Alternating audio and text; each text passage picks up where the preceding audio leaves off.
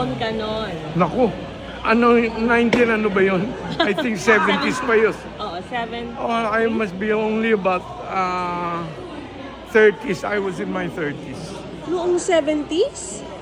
Yeah, 81 na ako eh. Okay. So you're older than Kokoy and Ate. Oh yeah. Wow. Cool. You have the gift of health. Yeah, I'm 81. Can you walk us through your role there? Sa Impossible Dream? Oo. Actually, hindi ko naalala yun, but I know na ako ang assistant director doon ni Sirio. Oo. Yung Sergio kan- Santiago. Oo, and then I asked Nora to sing Bless the Beast and the Children. Yun yung... Kantahin mo pa nga, parang ang ganda naman ang boses mo. Yun yung pinakanta ko sa kanya. Ang nag-arrange kasi nun yung kaibigan. O si Kokoy naman, anong kinanta? Walang kinanta.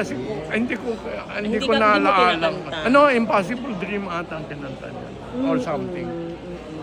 Pero si Kokoy kasama ko sa Spain nung gumawa kami ng pelikula. Ay, anong movie naman to? Yung Once Upon a Time, supposed to be yung follow-up nila ni Nora after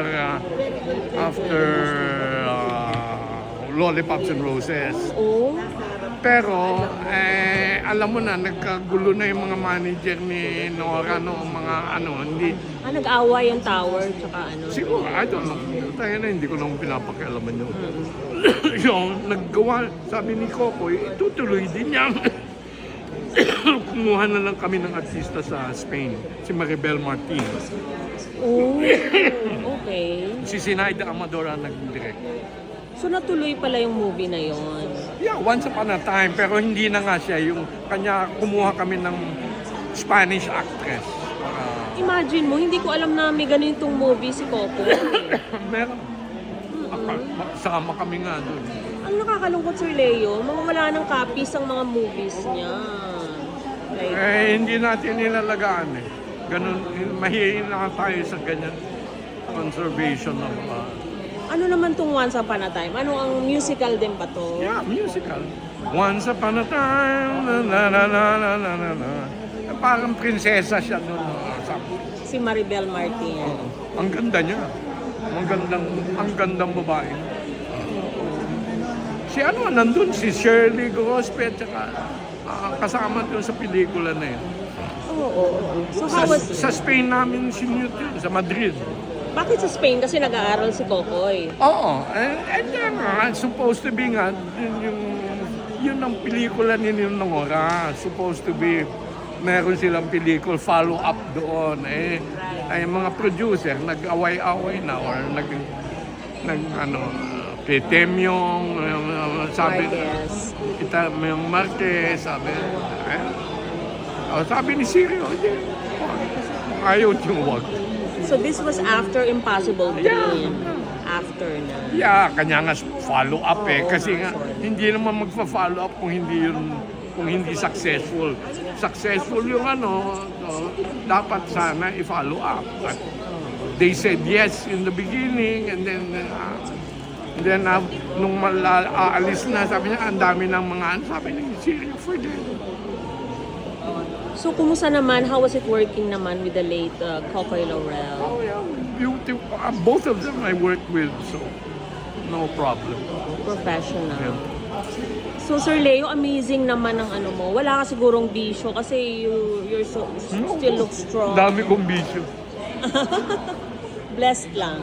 No, I expressed everything that I feel. I don't have any toxins in my body. No grudges. No, I express everything that I feel. That's the secret. If all unexpressed feelings are toxins in your body, na yung mga nagkakasakit, meron silang mga unexpressed feelings. Dapat pala maging prangka tayo. Kahit magalit, kahit Kanya wala akong sinasanto. Kung gusto kong sabihin yun, sinasabi ko. Tinan mo, hindi ako nagkakasakit.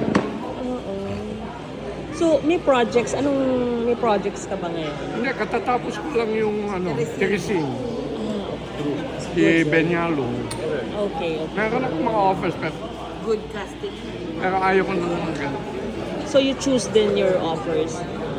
Oh yeah. Tsaka I choose because I have working hours. I'm very strict with working hours. Kung ayaw ninyo ng working hours, I don't do it. It ends at 6 p.m.? No, as senior citizen, I only work 8 hours. Okay, yeah. Kami rin naman. Oh yeah, no, you're supposed to work 12 to 16 hours.